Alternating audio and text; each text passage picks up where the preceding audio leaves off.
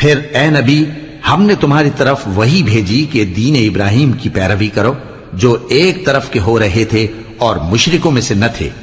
ہفتے کا دن تو انہی لوگوں پر مقرر کیا گیا تھا جنہوں نے اس میں اختلاف کیا، اور تمہارا پروردگار قیامت کے دن ان میں ان باتوں کا فیصلہ کر دے گا جن میں وہ اختلاف کرتے تھے۔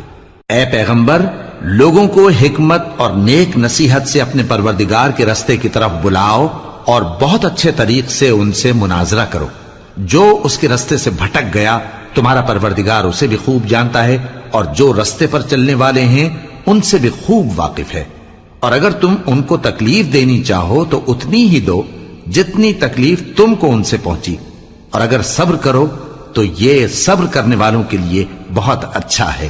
اور صبر ہی کرو، اور تمہارا صبر بھی اللہ ہی کی مدد سے ہے، اور ان کے بارے میں غم نہ کرو، اور جو یہ سازشیں کرتے ہیں اس سے تنگ دل نہ ہو۔ کچھ شک نہیں کہ جو پرہیزگار ہیں اور جو نیکوکار ہیں اللہ ان کا مددگار ہے۔